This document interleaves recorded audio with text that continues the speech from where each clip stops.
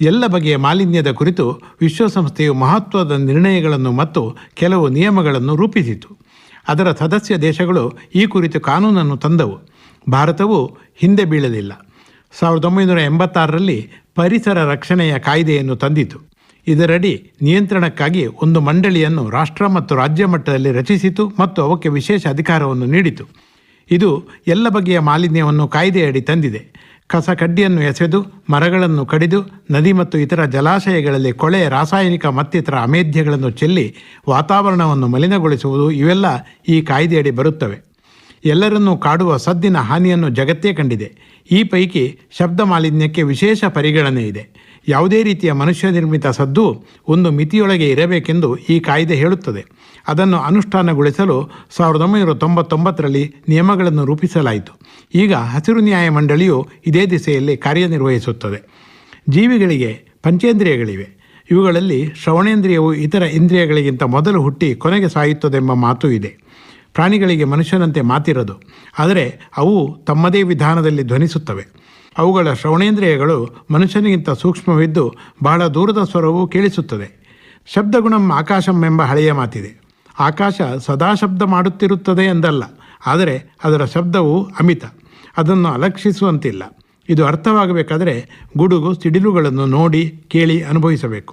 ಆಕಾಶ ಮಾತ್ರವಲ್ಲ, ಸಮುದ್ರ, ಭೂಮಿ ಎಲ್ಲವೂ ಶಬ್ದಮಯ. ಈ ಶಬ್ದ ಜಗತ್ತಿನಲ್ಲಿ ಹುಟ್ಟಿ ಬದುಕಿ ಸಾಯುವ ಜೀವಿಗಳು ಶಬ್ದವನ್ನು ಮರೆಯುವುದು ಹೇಗೆ? ಮನುಷ್ಯನಂತೂ ಪಂಚಭೂತಗಳ ನಡುವೆ ಬೆರಗಾಗಿ ಒಮ್ಮೊಮ್ಮೆ ಭೀತನಾಗಿ ಅವನ್ನು ಆರಾಧಿಸತೊಡಗಿದ. ದೇವರುಗಳೆಲ್ಲ ಸೃಷ್ಟಿಯಾದದ್ದು ಅನಂತರ. ಇವೆಲ್ಲ ಪ್ರಾಕೃತಿಕ ಸ್ವರವಾದರೆ ಮನುಷ್ಯನ ಅತೀ ನಾಗರಿಕತೆಯ ಕಥೆಯೇ ಬೇರೆ. ಸಾಮಾಜಿಕವಾಗಿ ಬದುಕಬೇಕಾದ ಮನುಷ್ಯನು ಸಾರ್ವಜನಿಕವಾಗಿದ್ದಾನೆ. ಉದಯಿಸುವ ಸೂರ್ಯ ಚಂದ್ರರದೊಂದು ಸದ್ದಿಲ್ಲ ಎಂದರೂ ಮನುಷ್ಯನಿಗೆ ಸದ್ದಿಗಿಂತ ಪ್ರಿಯವಾದದ್ದು ಯಾವುದೂ ಇಲ್ಲ. ಮಾತೆಂಬ ಮಹತ್ವದ ವರವನ್ನು ಮನುಷ್ಯ ಬಾಯಡೊಂಬದ ಮೂಲಕ ಮನುಕುಲದ ಶಾಪವಾಗಿಸಿದ್ದಾನೆ. ಅದಕ್ಕೆ ಪಡಿತರದಂತೆ ಮಿತಿಯಿಲ್ಲವಲ್ಲ. ಮನುಷ್ಯ ತನ್ನ ವೈಭವಕ್ಕೆ ತಾನೇ ತಮಟೆಯನ್ನು ಬಾರಿಸುತ್ತಾನೆ. ಆತನ ಆಗಮನ ನಿರ್ಗಮನ ಇವೆರಡೂ ಸದ್ದಿನಿಂದಲೇ. ಹೀಗಾಗಿ ಮನುಷ್ಯನಿಗೆ ಸ್ವರವೆಂಬ ಸೌಮ್ಯ ಗಂಭೀರಕ್ಕಿಂತ ಸದ್ದೆಂಬ ಭಯಂಕರವೇ ಪ್ರೀತಿ. ನಮ್ಮ ಹಬ್ಬ ಹರಿದಿನ ಉತ್ಸವಗಳೆಲ್ಲ ಭರ್ಜರಿ ಶಬ್ದಗಳಿಂದ ಕೂಡಿವೆ. ಸುಶ್ರಾವ್ಯವಾಗಿದ್ದರೆ ಕೇಳಬಹುದು, ಆದರೆ ಹದ್ದು ಮೀರಿದ ಸದ್ದು ಕರ್ಣ ಕಠೋರ, ಕರ್ಣ ಕರ್ಕಶ. ಹೀಗಾಗಿ ಜಗತ್ತೇ ಸದ್ಗಮಯದ ಬದಲಾಗಿ ಸದ್ದುಮಯವಾಗಿದೆ. ಉದಾಹರಣೆಗೆ, ನಮ್ಮ ಪೂರ್ವಿಕರು ಧ್ವನಿವರ್ಧಕಗಳಿಲ್ಲದೆ ಎಲ್ಲವನ್ನೂ ಕೇಳಿಸುತ್ತಿದ್ದರು. ಇಂದು ಹಾಗಲ್ಲ. ಸದ್ದು ನಮ್ಮ ಮೊದಲ ಸಾಮಾಜಿಕ ಜಾಲತಾಣವಾಗಿದೆ ಎಂದು ಕಾಣುತ್ತದೆ. ಬೆರಳೆಣಿಕೆಯ ಮಂದಿ ಇದ್ದರೂ ಧ್ವನಿವರ್ಧಕಗಳು ಕಿವಿಗಡೆ ಚಿಕ್ಕುವ ಸದ್ದಿಗೆ ಅವಕಾಶ ಮಾಡಿಕೊಡಲಾಗಿದೆ. ಮೈಕಾಸುರನ ಬೆಂಬಲವಿಲ್ಲದೆ ಮನುಷ್ಯ ಮಾತ್ರವಲ್ಲ, ದೇವರು ಧರ್ಮದ ಯಾವ ಸಮಾರಂಭವೂ ನಡೆಯದು.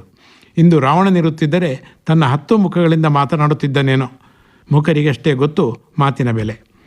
ಸದ್ಯ ನಮ್ಮಲ್ಲಿ ಎಲ್ಲ ಬಗೆಯ ಧಾರ್ಮಿಕ, ಸಾಂಸ್ಕೃತಿಕ ಮತ್ತಿತರ ಸಮಾರಂಭಗಳಲ್ಲಿ ಬಳಸುವ DJ ಮತ್ತಿತರ ಉಪಕರಣಗಳ ಸದ್ದು ಕಿವಿ ತಮ್ಮಟೆಯನ್ನು ನಾಶ ಮಾಡುವ ಶಕ್ತಿಯನ್ನು ಹೊಂದಿದೆ. ಕಿವಿ ಇರುವುದು ಕೇಳುವುದಕ್ಕೆ ಎಂಬುದಕ್ಕಿಂತಲೂ ಈ ಆರ್ಭಟವನ್ನು ಸಹಿಸಿಕೊಳ್ಳುವುದಕ್ಕೆ ಎಂಬಂತಾಗಿದೆ. ಇವನ್ನು ಕೇಳಿ ಕಿವುಡಾದವರು ಅದೆಷ್ಟೋ ಮಂದಿ. ಅಗತ್ಯವನ್ನು ಮರೆಮಾಚಿ ಆಡಂಬರವನ್ನು ಮೆರೆಸುತ್ತಿದ್ದೇವೆ. ಹಬ್ಬ ಹರಿದಿನಗಳ ಉತ್ಸವಗಳ ಕೊನೆಗೆ ಪ್ರಾರ್ಥನೆಗಳ ಅರ್ಥ ಅಡಗಿ ಸದ್ದೇ ಗುಡುಗಿದೆ. ಪ್ರಕೃತಿಯ ಸಹಜ ಸ್ವರವನ್ನು ಈ ಸದ್ದು ಕ್ರೂರವಾಗಿ ಅಣಕಿಸುತ್ತಿದೆ. ಇಂಗ್ಲಿಷ್ನಲ್ಲಿ ಸ್ವರಕ್ಕೆ ವಾಯ್ಸ್ ಮತ್ತು ಸದ್ದಿಗೆ ನಾಯ್ಸ್ ಎಂಬ ಪದಗಳಿವೆ. ನಾಯ್ಸ್ ಎಂಬುದು ಲ್ಯಾಟಿನ್ನ ನಾಸಿಯಾ ಎಂಬ ಮೂಲದ್ದು, ಅಂದರೆ ತಲೆ ಸುತ್ತುವಂತಹದ್ದು ಎಂದರ್ಥ. ಕಿವುಡಾದರೆ ನಿಧಾನವಾಗಿ ಸಾವನ್ನು ಮೈಮೇಲೆ ಎಳೆದುಕೊಳ್ಳುವುದೆಂದು ಅರ್ಥ ಬರುವ ಹಾಗೆ ಖ್ಯಾತ ಬರೆಹಗಾರ್ತಿ, ಸಾಮಾಜಿಕ ಕಾರ್ಯಕರ್ತೆ ಮತ್ತು ಸ್ವತಃ ಶತಾಂಶ ಹುಟ್ಟು ಶ್ರವಣದೋಷವಿದ್ದ, ಆದರೂ ಅಂಧಳಾಗಿ ವಿಶ್ವದಲ್ಲೇ ಮೊದಲ ಅಂಧ ಪದವೀಧರೆ ಎಂಬ ಬಿರುದಿಗೆ ಪಾತ್ರಳಾದ ಹೆಲೆನ್ ಕೆಲ್ಲರ್ ಹೇಳಿದ್ದಾಳೆ, ನಮ್ಮ ಸದ್ದು ಇನ್ನೊಬ್ಬರಿಗೆ ತೊಂದರೆಯನ್ನುಂಟು ಮಾಡಬಾರದು. ಅವರೂ ಮನುಷ್ಯರೇ ಎಂಬ ಮನುಷ್ಯತ್ವವನ್ನು ನಾವು ಅರ್ಥ ಮಾಡಿಕೊಳ್ಳುವುದು ಯಾವಾಗ? ಸದ್ದು ಮೇರೆ ಮೀರಿದಾಗ ಅದನ್ನು ಕೇಳುವವರು ಎನ್ನ ಕಿವುಡನ ಮಾಡಯ್ಯ ತಂದೆ ಎಂದು ದೇವರನ್ನು ಪ್ರಾರ್ಥಿಸಬೇಕೇನೋ.